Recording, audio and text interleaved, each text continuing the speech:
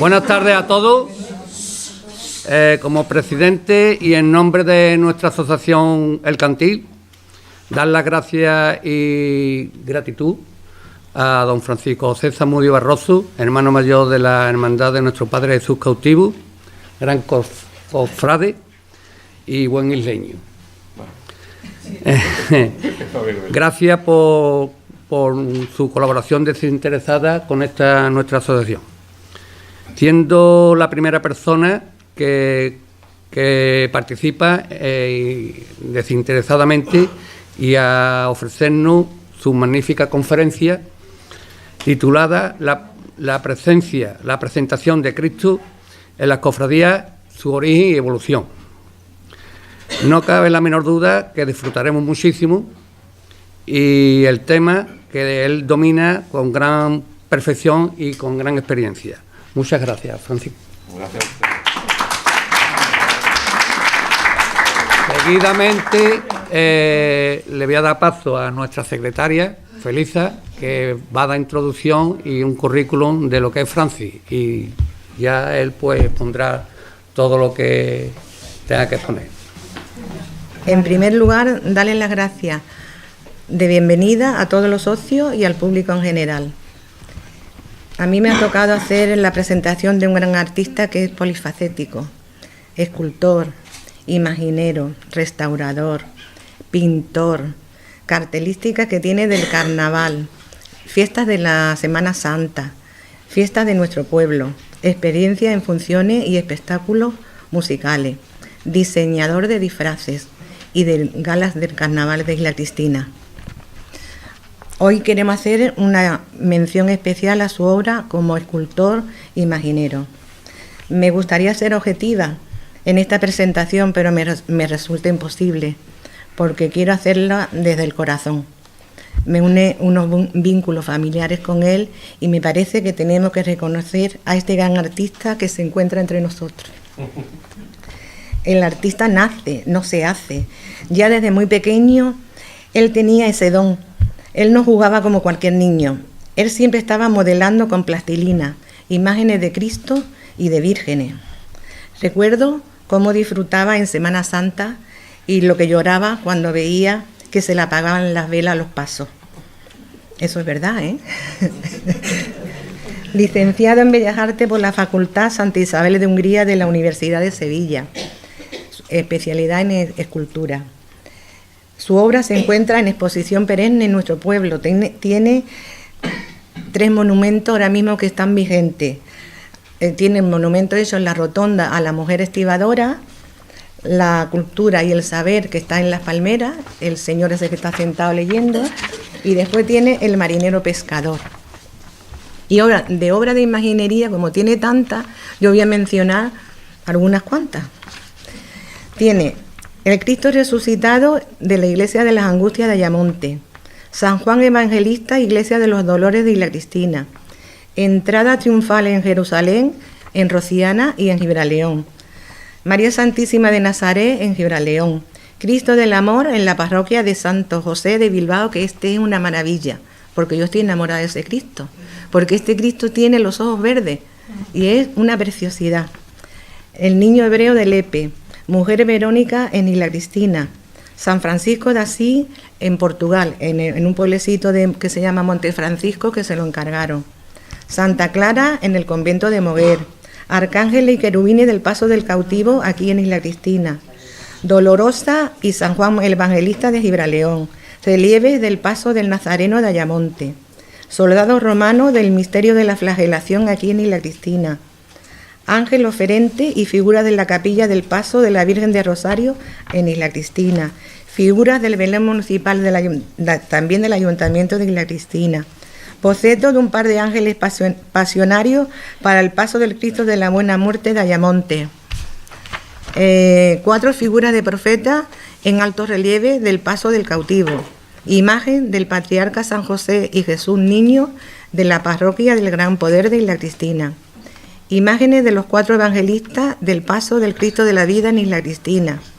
imagen de nuestro Padre Jesús de la Humildad, parroquia de Nuestra Señora del Mar, también de Isla Cristina, y estatuillas del Paso del Gran Poder de Isla Cristina, entre otras obras que tiene, bastante escultura que ha realizado por encargo de particulares, en fin, que tenemos un artista entre nosotros. Por todo ello, nuestra asociación El Cantil le agradece que haya aceptado esta invitación y nos sentimos muy orgullosos con su participación. Por favor, denle la bienvenida conmigo a don Francisco José Zamudio Barroso Díaz.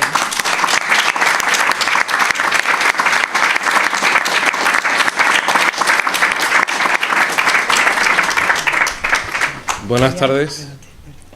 Me alegro de veros aquí. Mira que le dije a Felisa que recortara, pero ella me ha despachado un poquito más, por aquello de la familia. Cuando me enteré que os habíais constituido en asociación cultural, me dio una alegría inmensa. Yo no me podía imaginar que en Isla Cristina la cultura pudiera dar pie a una asociación cultural que tanta falta nos hace, porque muchos de los problemas que estamos sufriendo hoy día es la falta de cultura, la falta de formación.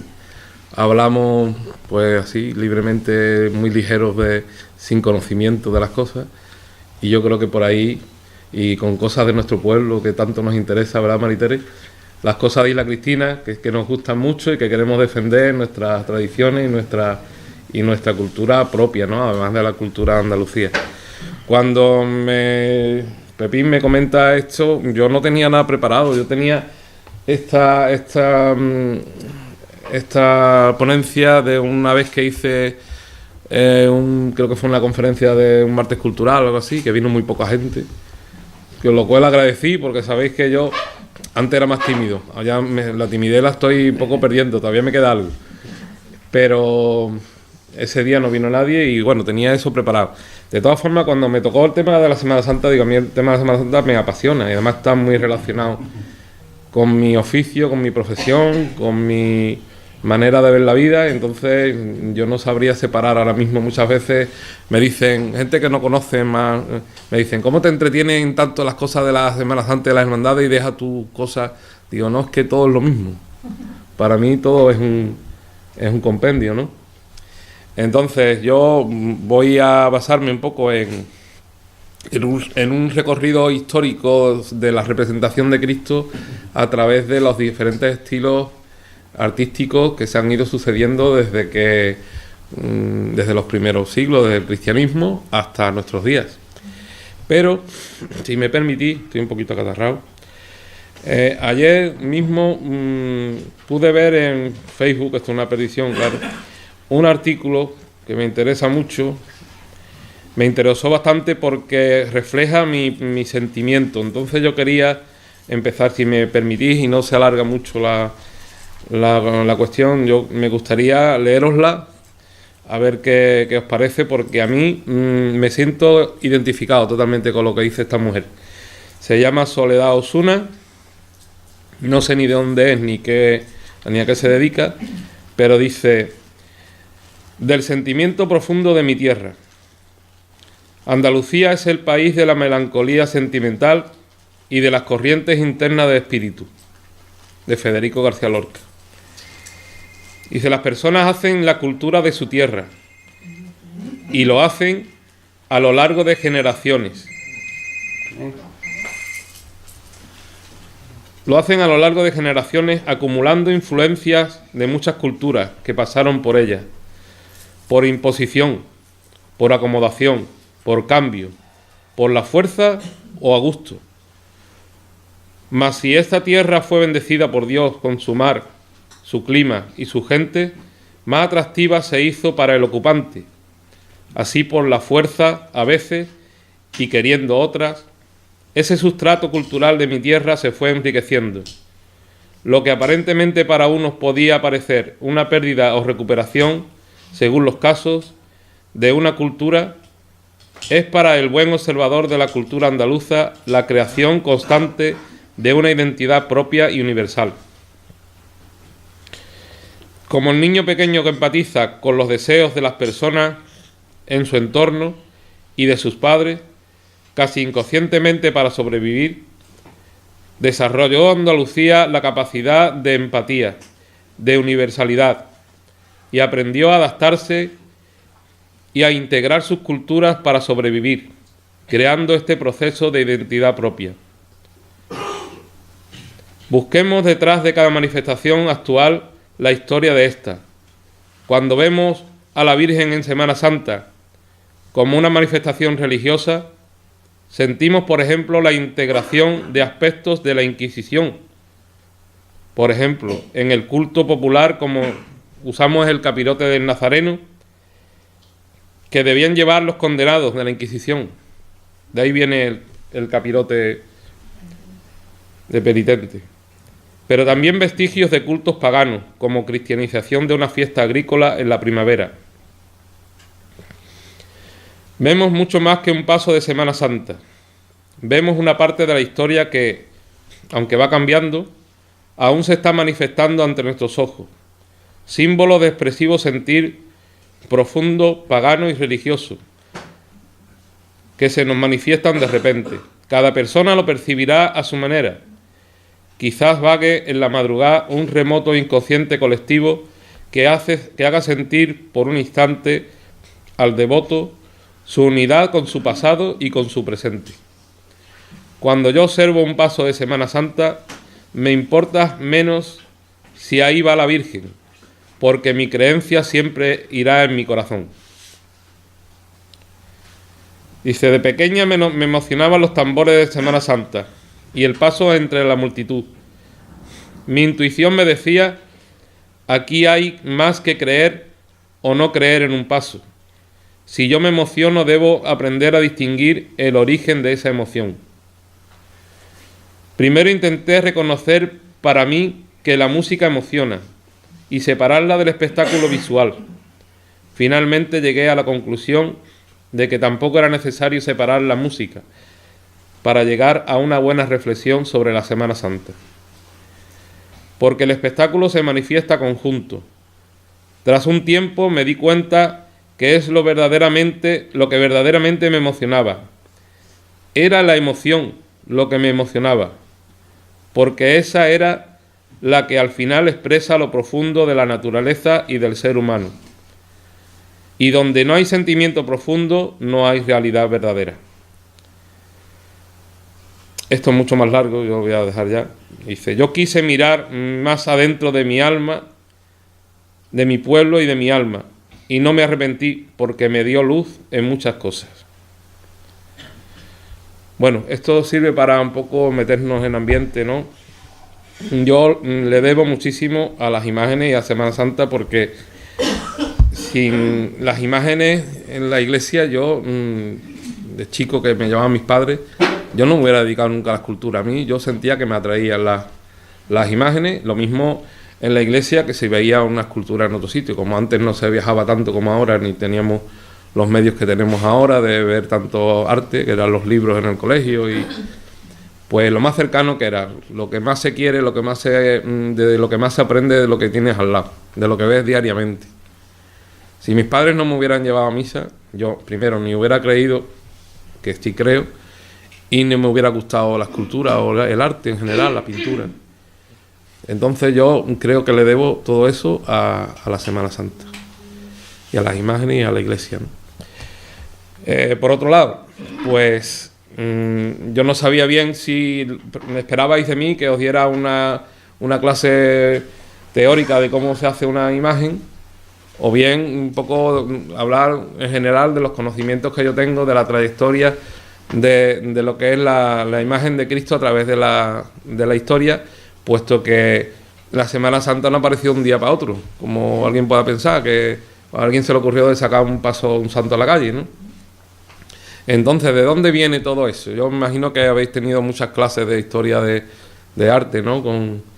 No sé si con José María. Nunca se ha tocado ese tema. Bueno, pues podemos hacer una pequeña incursión. Yo lo que soy malísimo para las fechas concretas, pero vamos, puedo dar una visión general de lo que...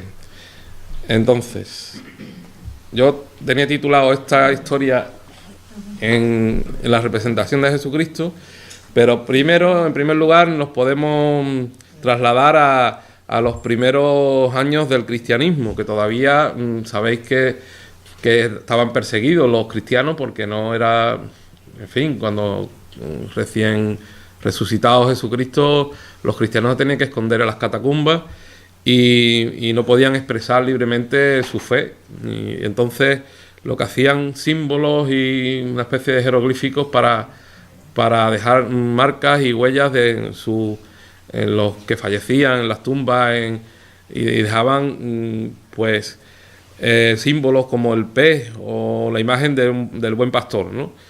¿Qué quiere decir esto? Es un lenguaje metafórico, ¿no? No quiere decir que Jesucristo se dedicara al pastoreo, sino simplemente que a través de la figura de un pastor con una oveja, ya los cristianos querían representar a la figura de Cristo, ¿no? Basándose pues en la enseñanza y en los evangelios, ¿no? Entonces las primeras representaciones de Cristo las vemos pues pintadas, no sé si eran al fresco, utilizaban óxidos y otros pigmentos naturales, porque entonces no había, y decoraban un poco las lápidas o donde enterraban a sus muertos. Esas fueron las primeras representaciones, hasta que ya el emperador Constantino decretó el cristianismo como religión oficial y ya se pudo proclamar abiertamente, pues construyeron los templos bizantinos y se decoraban con mosaicos. Esto es una técnica que no sé si la habéis dado, si habéis dado los mosaicos, que se componen a base de tesela, que son unos cuadritos pequeñitos podían ser de cristal vidriado, o con oro, o podían ser de barro con cerámica, o en fin, podían ser de muchas.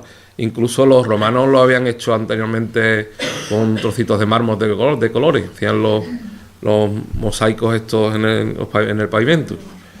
Entonces, pues utilizaban la figura de Cristo un poco simplificada, como vemos ahí. También menciono que se pintaba con temple en ese tiempo con temple sobre tablas, y se iluminaban los manuscritos con colores y con figurillas, y se decoraban con motivos vegetales y tal, pero haciendo alusión a Cristo, la figura de Cristo idealizada, como veis ahí, con el halo místico. Y pasando el tiempo, los estilos artísticos, sabéis que se suceden unos a otros. Nosotros lo tenemos clasificado, pero había periodos de transición, iba derivando las modas, al pasar de los siglos iba cambiando, y entonces el estilo que le sucedía al bizantino fue el estilo románico, con la construcción de muchas catedrales, y los templos eran oscuros y de piedra, y se decoraban con estas pinturas también. Eran pinturas murales, que los murales se enfoscaban, ¿sabéis la técnica del mural? Se enfoscaba en la pared con cal viva y húmeda, y entonces se aplicaba el color mientras que estaba húmeda para que quedara el tintado la cal con el color que se le daba, y secara al mismo tiempo. O sea que no es una pintura superficial, sino que la pintura, el color lo absorbía la propia pared.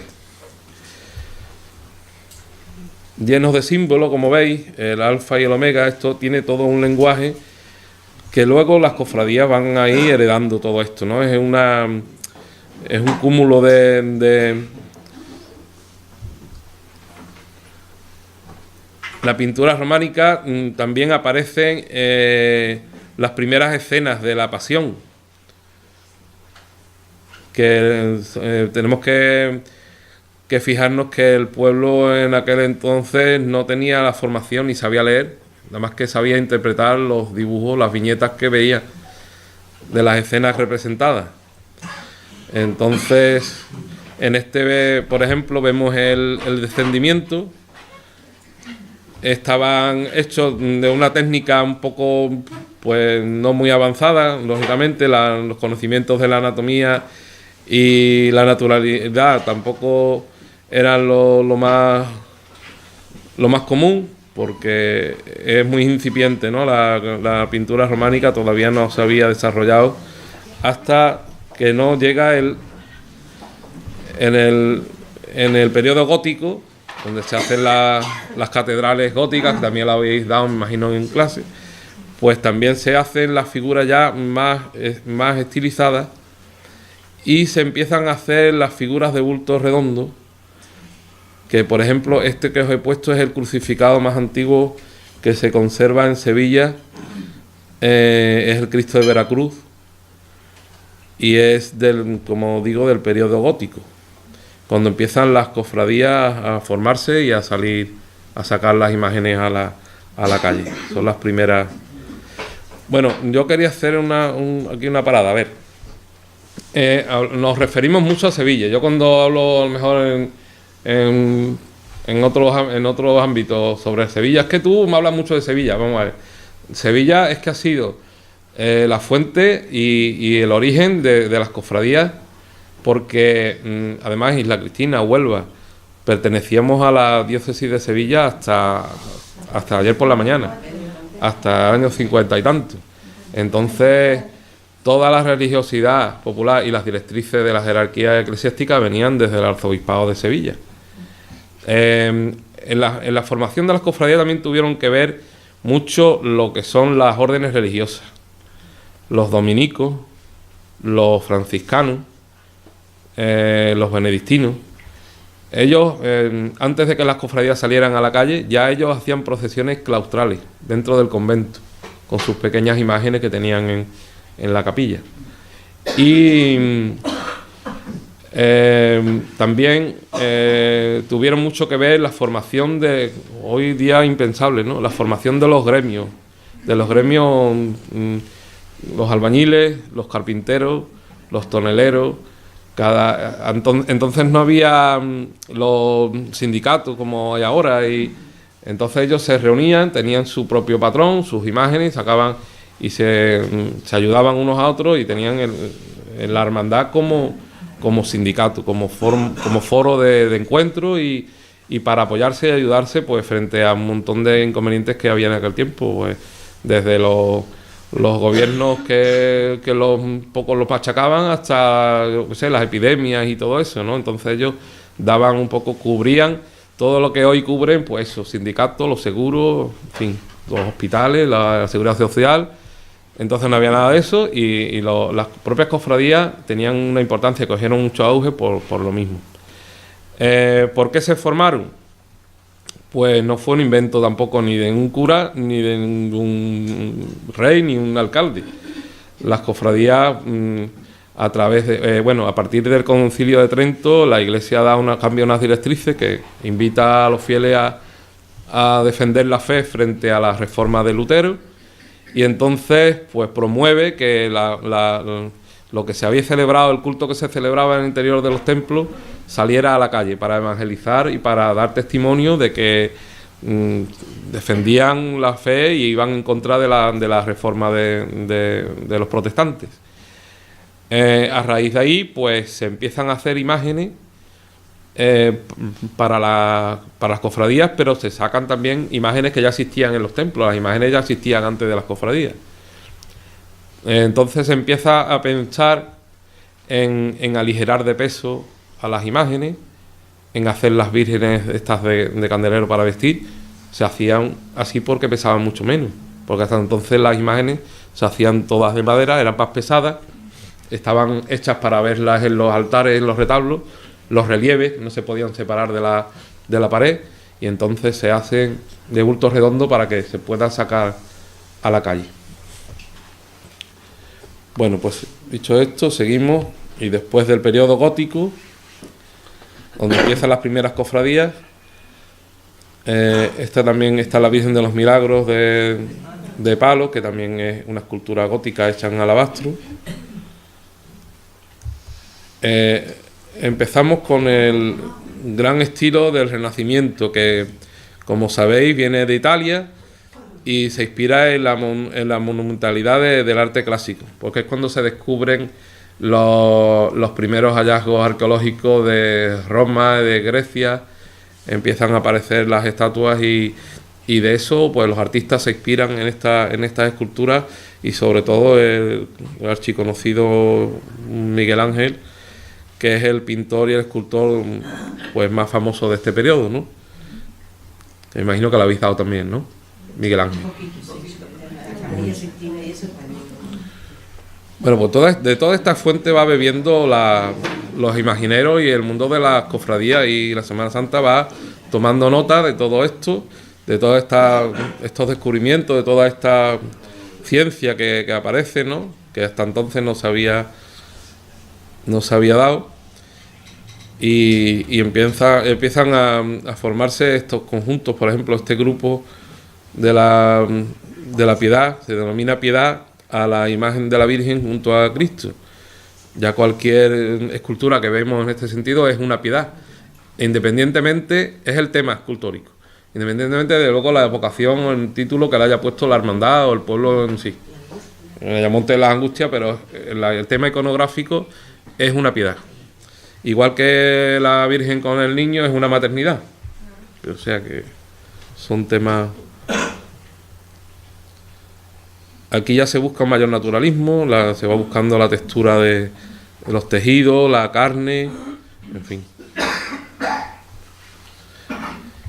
Y empezamos después del Renacimiento le sucede el barroco. Y lo he llamado barroco sevillano porque es el más cercano a nosotros. El barroco también nace en Italia, pero se traslada a todos los países, a Francia, a España, llega más tarde. Y en España se forman dos escuelas, la escuela castellana y la escuela andaluza. Pero dentro de la escuela andaluza aparece el núcleo de Sevilla y el de Granada. Entonces, tanto los pintores como los escultores pues empiezan a representar a Cristo, como vemos aquí. He cogido el Buen Pastor también porque hace referencia a la primera foto que pusimos sobre las catacumbas, ¿no? Y este de Murillo, pues sin lugar a dudas ya nos presenta un Jesucristo niño más cercano, más comprensible, más fotográfico, más natural. Para nosotros era más fácil de entender que aquel otro que vimos. El barroco se ha metido tanto dentro de que ya nosotros ya tenemos dentro de nuestra forma de vida la fórmula barroca de los andaluces. Somos barrocos 100%, y nos gusta que todo esté lleno, que no haya ningún vacío. O sea que lo de Ikea para nosotros nos viene un poquito el minimalismo este. Yo he pensado siempre que también es una tradición que hemos heredado de los árabes. Los árabes también tenían el horror vacui, tenían miedo al vacío, no querían ver ninguna pared que no estuviera decorada, tienen que tener todo lleno, ¿no? Y del espíritu este barroco de recargamiento se imbuyen las cofradías también. Entonces yo soy de los que dicen que en las cofradías no hay nada sencillo. No se puede pretender. Yo es que he escuchado barbaridades y ya la experiencia me va dando. Cuando viene la señora y dice, no, es que yo me gusta la Virgen sencilla porque la Virgen no era pobre. Y bueno, pero es que no está entendiendo nada de lo que estamos hablando. Y le pones una corona a la Virgen, pero sencilla, pero la corona conlleva que una corona de reina tendrá que estar ataviada como una reina, que así nació la primera representación de las Dolorosas, ¿no? En la corte de Madrid, con el vestido de una dama de corte, y las joyas propias de la dama y de la reina se le ponían a la imagen con la corona y con todos los aditamentos. Entonces no se puede coger una cosa y dejar otra. Cuando hablamos de Cristo, igual, es que Cristo era pobre, es que Cristo... yo he notado una serie de temas, por ejemplo, los bordados, las túnicas bordadas. Bueno, es que es muy recargado, es que esto ya con los pobres que hay. Vamos a ver, esas túnicas se crearon en el periodo barroco, porque primero que las imágenes salían a las calles que estaban oscuras. Las calles no tenían las farolas que tenían hoy día, ni teníamos las cámaras con flash, ni teníamos nada de eso. Y se iluminaban solamente por las velas. Las velas lo que hacía era reflejarse, los bordados, los brillos de las lentejuelas, los hilos de oro, reflejaba la luz y por lo menos se podía ver la silueta de la imagen. Porque ni eso, se podía ver. Y entonces iban, por eso iban los nazarenos con los cirios, se llaman turiferarios, no, ceriferarios, porque iluminan con cera, igual que los que van con el incienso se llaman turiferarios, porque iban aromando el camino, porque también las calles estaban llenas de excremento y de mal olor. O sea que era transportar un poco el culto del interior del templo a la calle. Y de ahí viene todo el lenguaje que se ha venido en desuso de los acólitos de acompañamiento, por todo el aparato litúrgico que se empleaba dentro de los templos, que no los inventaron las cofradías, los inventó la propia iglesia. Entonces, hablando de los bordados y de las joyas, yo soy de los que piensan que verás, imaginaos la Virgen de Rocío. La Virgen de Rocío está llena de joyas de arriba abajo, ¿por qué? Por ostentación, simplemente por el devenir histórico, por devoción, porque hay mucha familia, muchos donantes, mucha gente que ha querido dejar parte de sí mismo.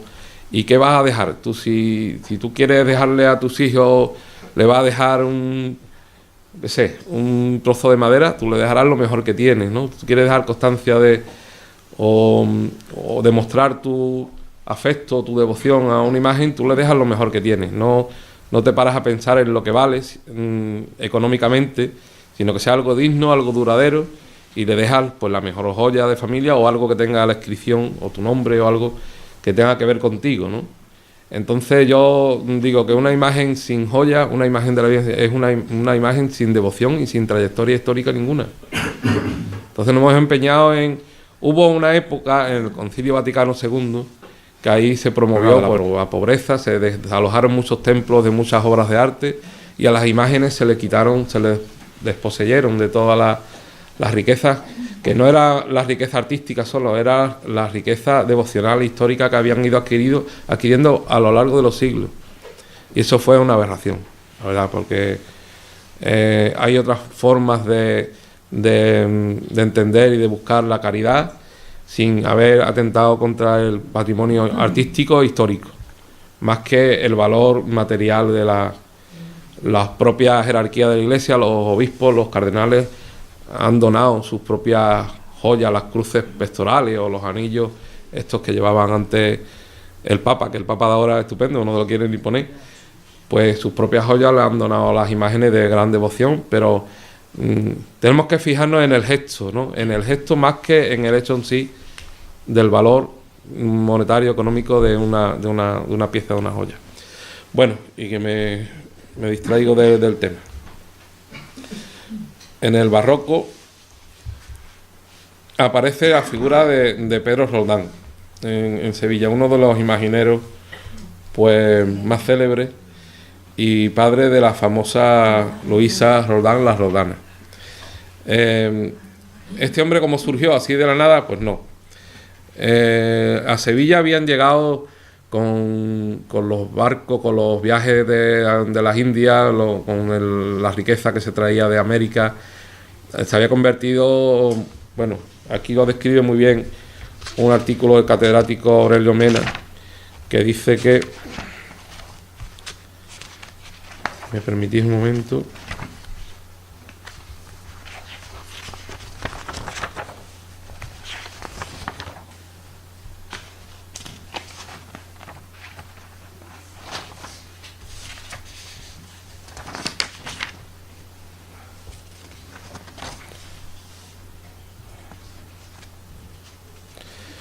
Dice, Sevilla se había convertido en una ciudad portentosa. Era el corazón económico y la Babilonia de Occidente, el puerto del mundo nuevo, a la que llegan 2 flotas anuales cargadas de plata y de oro, a la que acuden gentes de toda España y de media Europa, sedientas de riqueza y de aventura, donde cohabitan el lujo más fastuoso y la más deplorable miseria, linajes de ilustre, antiguo y advenedizos de todo linaje, banqueros, mendigos, misioneros, entusiastas, señores de hombres y haciendas, y esclavos sin patria ni nombre, veteranos de todas las guerras, y marineros de todos los mares. O sea que es una descripción un poco de que Sevilla por entonces se convirtió en la capital de Europa y del mundo. Y entonces se empieza a construir la catedral, y con la construcción de la catedral vienen importantes escultores flamencos, italianos, y se establecen en Sevilla. De ahí forman unos talleres, hacen las esculturas de todas las portadas de la catedral, el interior de la catedral, van decorando, y de ahí sale un movimiento artístico pues que no ha tenido parangón hasta nuestros días, ¿no? Y todo eso fue fomentado por la riqueza, ¿no? Entonces Pedro Roldán establece un taller en Sevilla en el que trabajan sus hijos, sus yernos. Era una cuestión, unos talleres familiares, que quiere decir que el arte o el genio se hereda, pues no lo sé, yo creo que no. Pero si los hijos están cohabitando en el taller, que antes el taller estaba en el mismo domicilio, y ven cómo su padre pues trabaja y va haciendo, y yo creo que se les va quedando algo de lo que ven desde pequeño, y van adquiriendo la profesión del padre, ¿no? Porque el padre contrae unas obligaciones, firma unos contratos que tienen que cumplir, y la familia le ayuda. Entonces, la esperanza de vida por entonces era muy corta, la gente vivía poco, no les daba tiempo incluso a terminar. Cuando se morían los hijos, los herederos tenían que terminar las obras que habían firmado, que habían comprometido. Este nazareno, que no está en Sevilla capital, es de Sisante, en Cuenca, lo talló la propia hija de Roldán, Luisa Roldana. Es la primera escultora, yo creo casi de las únicas, ¿no? Hoy día sí que hay escultoras imagineras, pero creo que esta mujer llegó alto. Sabéis que la Roldana fue incluso escultora de cámara de los reyes en la corte de Madrid. Hizo infinidad de miniaturas, de belenes, talló también los patronos de Cádiz, y por la semejanza estilística que presenta, los patronos de Cádiz, por ejemplo, con la estrella, la Virgen de la Estrella de Sevilla, se pudo averiguar, se pudo datar a la Virgen de la Estrella como obra de la Roldana, porque las imágenes de la Virgen de candelero no suelen estar firmadas, pero los rasgos y la forma del rostro, la expresión y el modelado, pues todo indicaba a que fuera de ella, ¿no? Y aparece también el maestro por excelencia, que es el gran Juan Martínez Montañés. Este artista pues coincide la época de mayor esplendor de la imaginería, se estudian todos los libros de arte, imagino que lo habéis escuchado nombrar muchísimo. Incluso se llegó a poner el nombre montañesino a cualquier imagen, sobre todo los niños Jesús, que cuando habéis escuchado decir, este es un niño montañesino, se debe a que talló también el niño Jesús de la iglesia del Sagrario de la Catedral de Sevilla, que fue el prototipo un poco de todos los niños Jesús que han salido, que luego tuvo tanto éxito que luego los escultores de Sevilla y del resto de Andalucía pues imitaban el modelo. Sabéis que lleva el pelo aquí un poco abultado en el centro con tres. Sí. Si queréis interrumpir o preguntar algo, lo hacemos, ¿eh? Si queréis nos detenemos en algo más. Y ya casi en las postrimerías del barroco, pues aparece el cachorro, ¿no?, de Ruiz Gijón. El barroco consiste, además de recargamiento, en captar el movimiento y congelarlo, ¿no? Que la imagen parezca que se ha parado, como cuando paramos la televisión con el mando, ¿no? Y entonces Ruiz Gijón pues capta esta imagen de Cristo en el momento justo de la muerte, de la expiración, ¿no? Sí. Con eso hay leyendas que me dice Pepe, pero hay leyendas pero que no están confirmadas. Lo mismo forma parte también del imaginario colectivo. Según dicen, la leyenda es bonita, la verdad. ¿La cuento o la sabéis? Y hay novelas, incluso, no sé si habéis visto una serie que han puesto hace poco en Movistar que se llamaba La Peste. Bueno, pues ahí se entrevé un poco la historia de Ruiz Gijón. No lo nombra, pero todo apunta a que estaba tallando un Cristo en unas chabolas que había cerca del río, da igual, entre miseria, había peste, la enfermedad, estaba la epidemia de la peste, y él estaba buscando un rostro para terminar el Cristo, una expresión. Y dicen que, no sé si paseando o volviendo de Triana, no sé por dónde fue, era el puente Triana o algo así, había habido una reyerta de gitanos. Uno de los gitanos le decían el apodo el cachorro, y le habían dado un navajazo, una puñalada, estaba muriéndose, y dice que se quedó, que copió el rostro de ese hombre agonizando, ¿no? Es la leyenda que no sabemos si es verídica, pero bonita es. Por eso le llamaron luego al Cristo, porque luego la gente cuando vio al Cristo decían, si es la cara se parece al cachorro. En otro orden de cosas, pues hay la escuela castellana, que es totalmente diferente, es otro estilo. No sé si habéis viajado a Valladolid y a Zamora, que también hay unas imágenes muy bonitas, pero que no tienen nada que ver con la zona de nuestra Andalucía, ¿no? Esta imagen es muy correcta, está muy bien de anatomía, pero no llega a calar tanto, no transmite tanto como las que...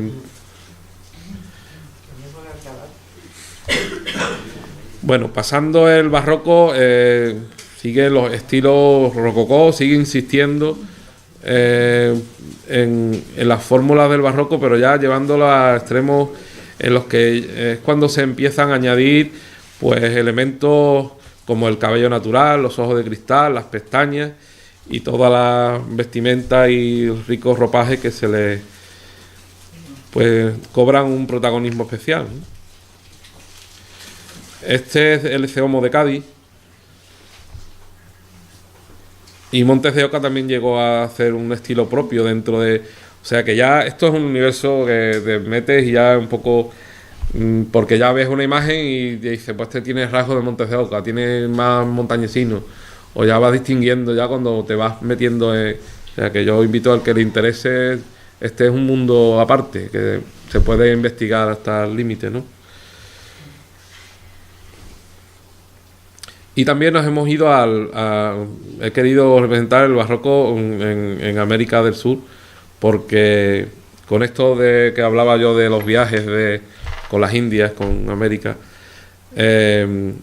muchos escultores en Sevilla trabajaban para las imágenes que se tenían que llevar a las nuevas iglesias que se estaban construyendo en los países hispanoamericanos.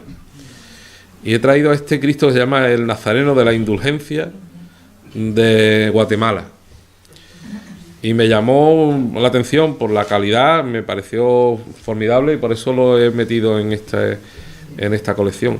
Además podéis ver cómo ellos todavía conservan todo el aditamento de la corona de espinas hecha en oro, con las potencias, los bordados. Ellos no han pasado por el Concilio Vaticano II, por ejemplo.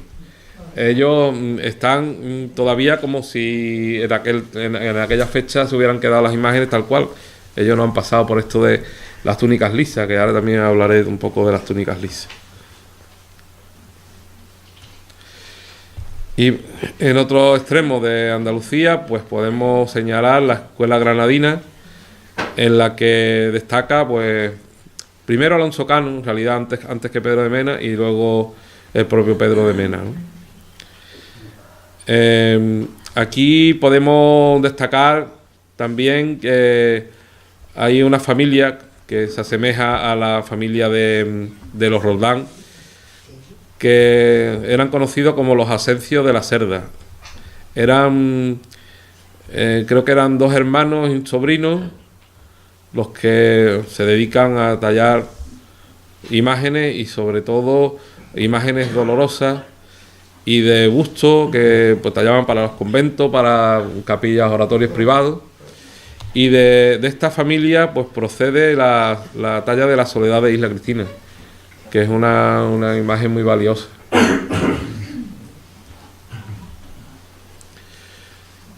No tanto como una escuela aparte, pero el estilo de Salcillo también marcó, definió un poco todo el Levante en cuanto a la escultura sagrada, ¿no? Todos conocéis los belenes de Salcillo y sobre todo los pasos de Semana Santa, las procesiones.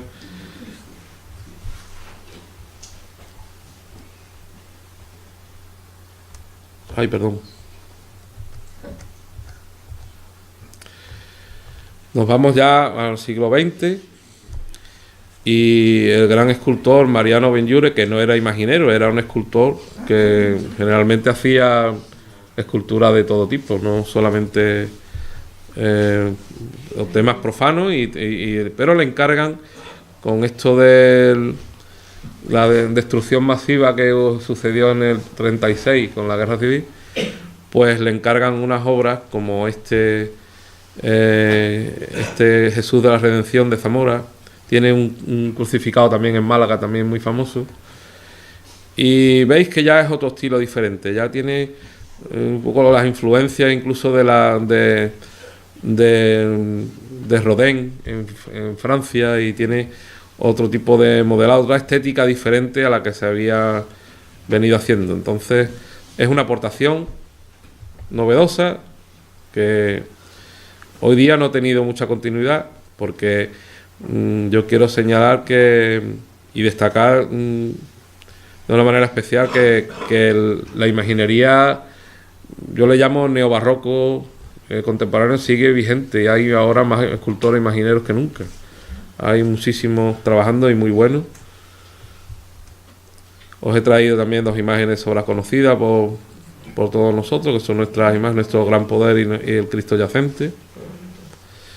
El Cristo yacente es un modelo del escultor José de Planes, que ganó fue Premio Nacional de Escultura en Madrid, y tiene varias copias, porque imagino que conocéis el sistema de sacado de puntos, que últimamente pues se ha modernizado mucho, pero antiguamente se trataba era una cosa manual, que iban tomando medidas de diferentes partes de la escultura y trasladándole a la madera para ir dándole forma.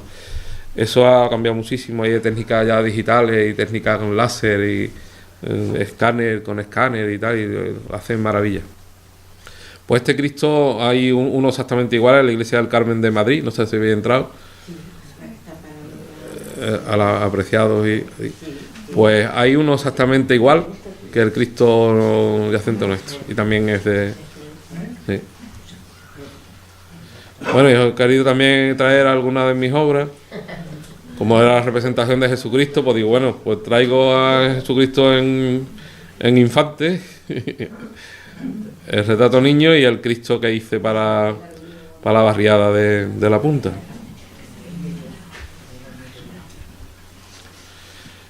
Estos son también el de Ayamonte por un lado y el de Bilbao, que decía Felisa, por otro.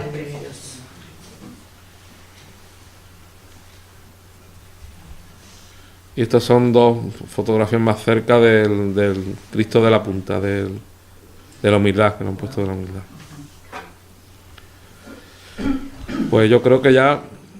Mira, he traído esta fotografía porque es de un escultor que a mí me gusta mucho, contemporáneo, se llama José Antonio Navarro Arteaga, y hizo este conjunto para Ciudad Jardín en Sevilla.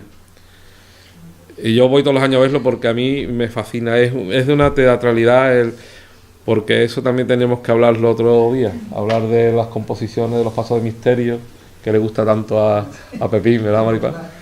Y ver que eso fue una aportación que hizo Castillo Lastrucci a la Semana Santa Sevillana, No he puesto nada de Castillo. Tengo un trabajo especial de Castillo. El otro día lo vemos. Y es una aportación que hizo Castillo y luego esto se está renovando con una credibilidad y un efectismo, yo creo que es tremendo. Llevan unas antorchas, los sayones estos, la Guardia Judía, y sobre todo el Cristo me parece que es de una elegancia. Os invito a que lo veáis. Se llama el Hermandad de la Milagrosa de Ciudad Jardín, de Sevilla. Y este es mi Cristo de toda la vida, pues lo he traído también. Yo creo que hasta aquí podíamos dejarlo. Si queréis hablar de otra cosa, preguntar algo, pues...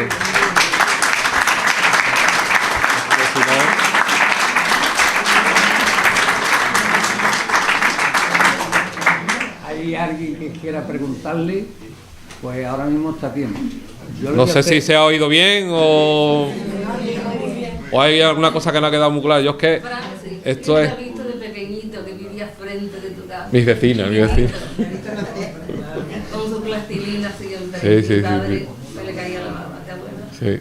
Yo le voy a hacer la primera pregunta y después posteriormente el que quiera preguntarle, pues espero que está a disposición de... No lo pongo muy difícil, a ver si no lo voy a saber. No. ¿En qué te inspira para hacer una imagen? No sé, depende de la imagen. Por ejemplo... Yo cuando me encargan una obra, pues me procuro documentarme y ver cuantos más. Por ejemplo, me encargan un cautivo, yo me pongo a investigar y a ver fotografías de todos los cautivos de todos los sitios, a ver con lo que han hecho otros.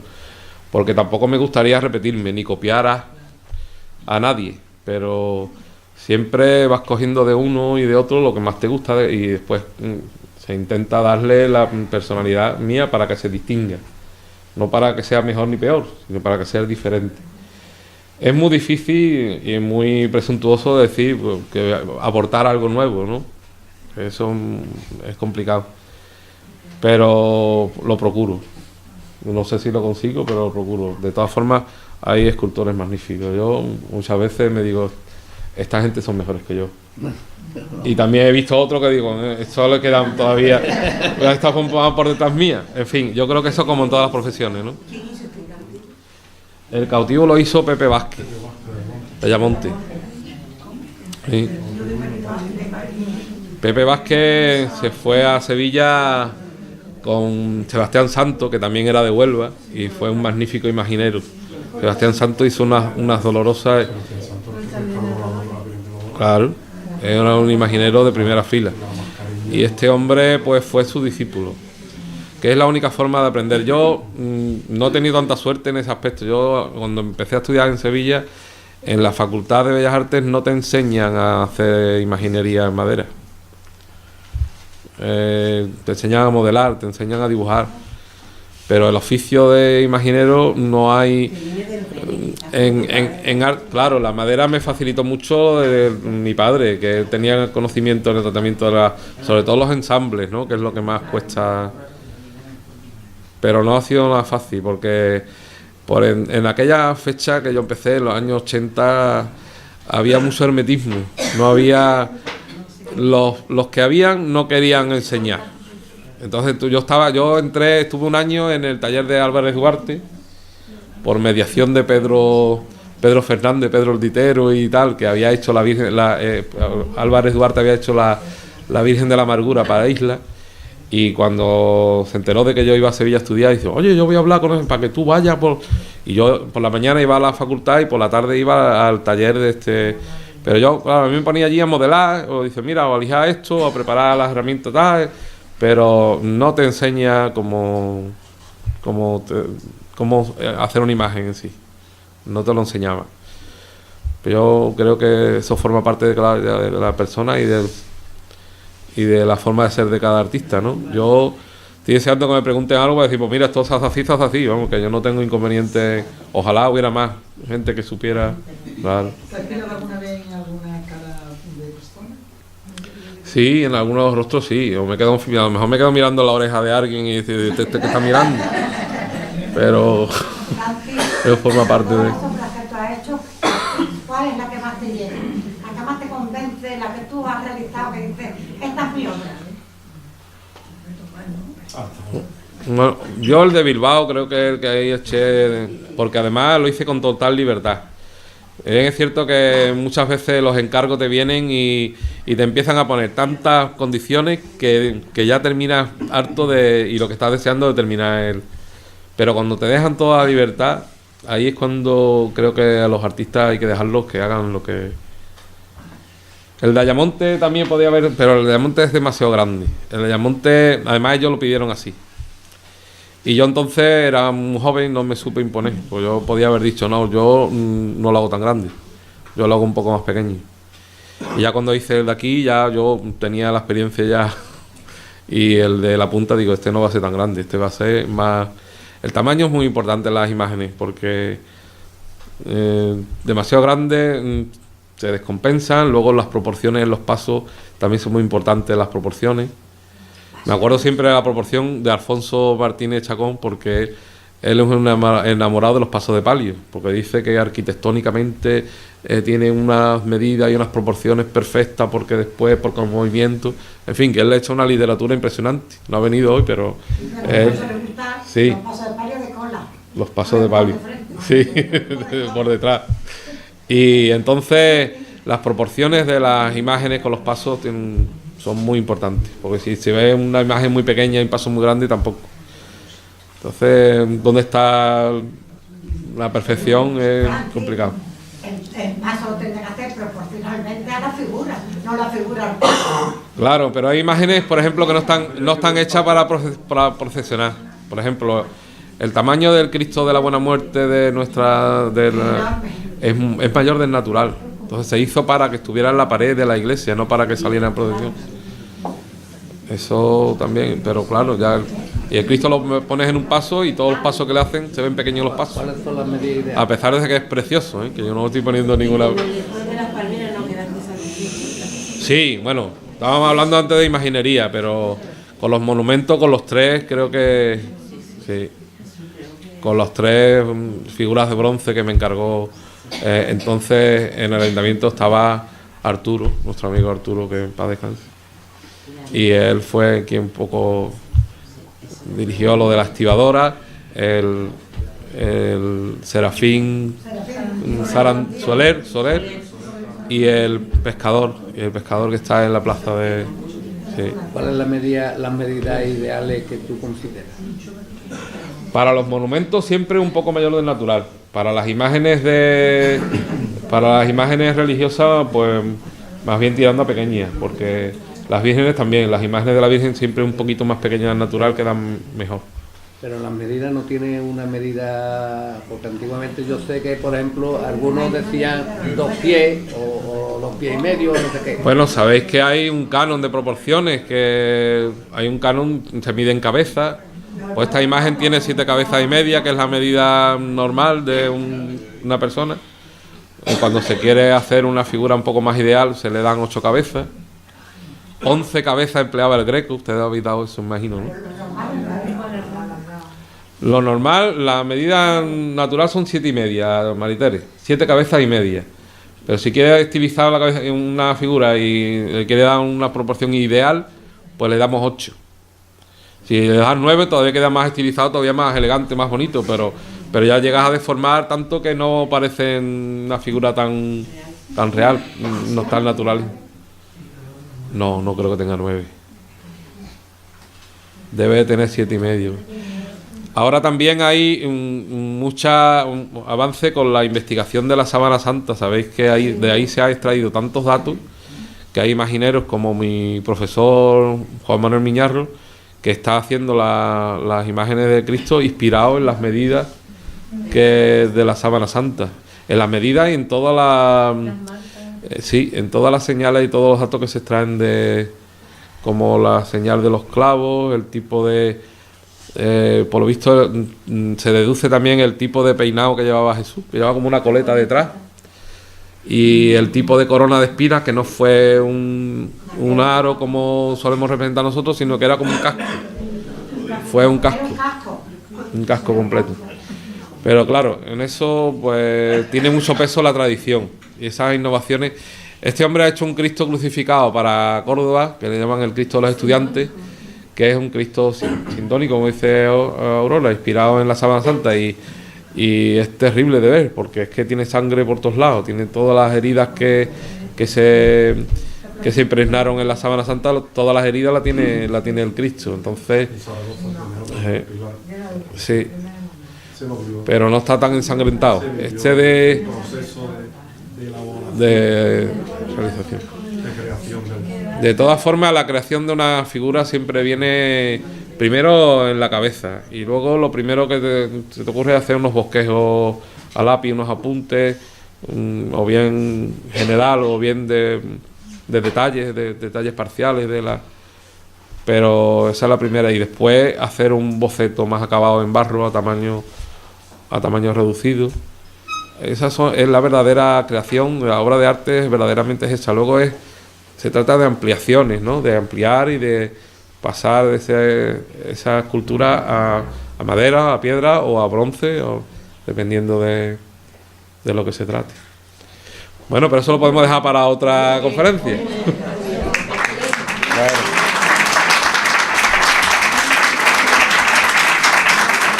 No sé si...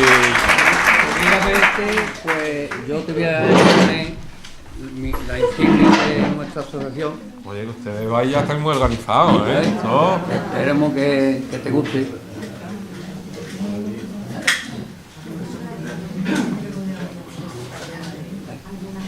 Muchas gracias. Y ahora Estoy a vuestra disposición para lo que necesitéis. Tanto personalmente como en el área de cultura, pues lo que vamos a pueda hacer ayudar. entrega de un pequeño obsequio, espero que te guste. Sí, yo con esto sobraba.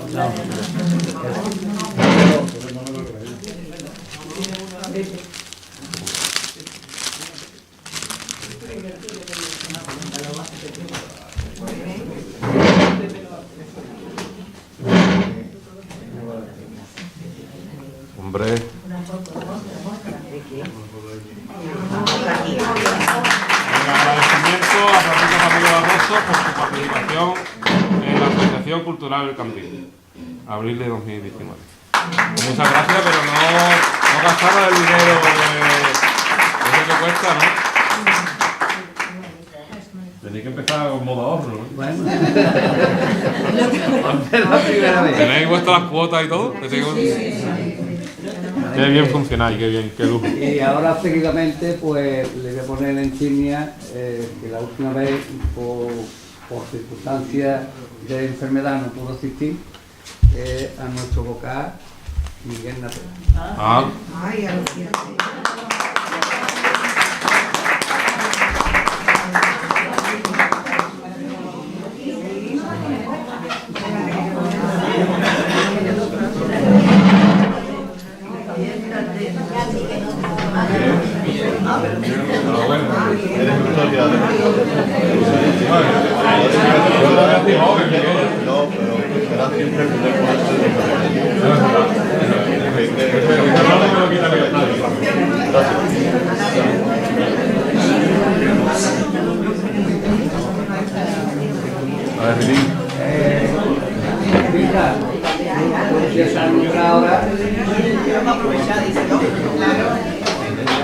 Que nada, ahora se le va a poner a los socios que la última vez no pudieron asistir a la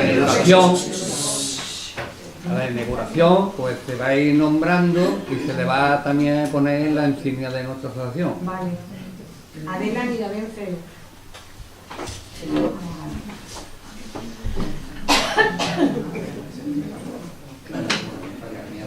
Pues hay un equipo... Hola, Juanita. Pues hay un equipo bueno, ¿eh? Gente buena, gente buena. Hay que mantenerlo. Corriendo, ¿no? Elisa Luis Martínez. Elisa Luis Martínez. No está. María Carmen Gómez Cárdenas.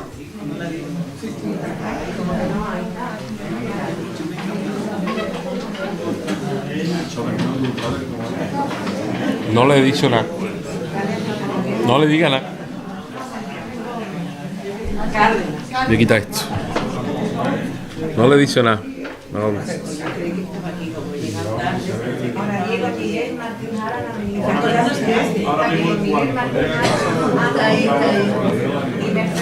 Verás tú la que me va a caer.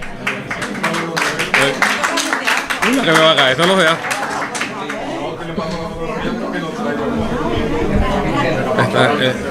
Esta gente la han hecho, esta gente han hecho ya fotos. Miguel, ¿cómo quita esto? Aquí, ¿no? ¿Sí? Sí. No. Vale. Entonces el peine yo lo tengo.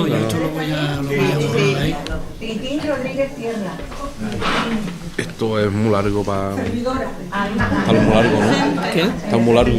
Está bien. Está bien, ¿sabes por qué? ¿Por qué? Porque es bonito. Ah, claro, a ti te gusta. Pero yo no sé, la gente te puede aburrir. Porque me quiero aburrir que se vaya. ¿Eh? Que se vaya. Esta gente si quisieran le decía a los partidos políticos echarlos para allá. Si quisieran.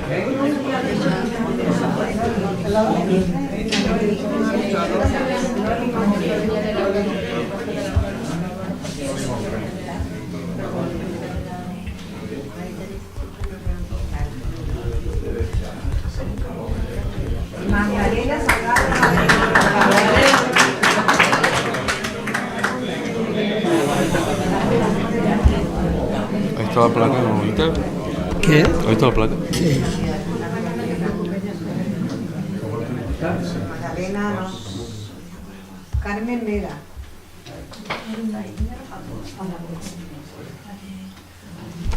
Si hay alguien que no la tenga, que esté aquí,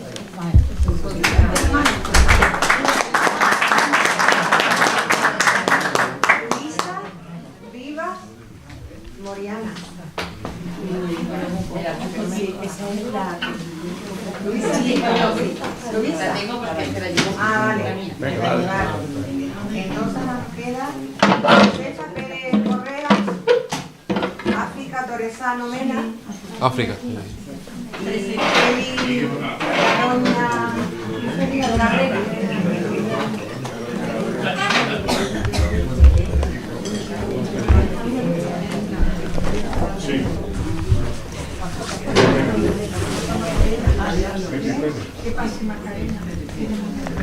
Pues el próximo va a tener que hacer. El próximo va a tener que hacer ahí en el Garum, porque aquí no cabemos. Claro.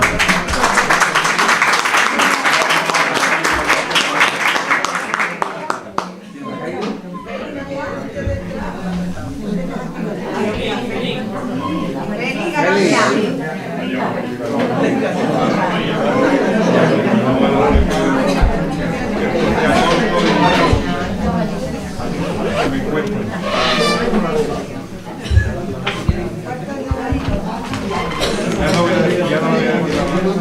Yo sí. Vamos a la foto.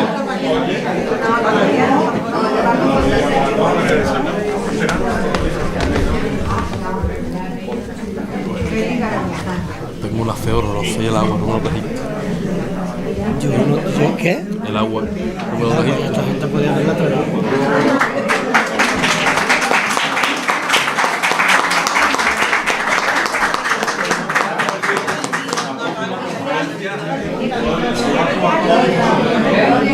Con incienso. Con los cereales.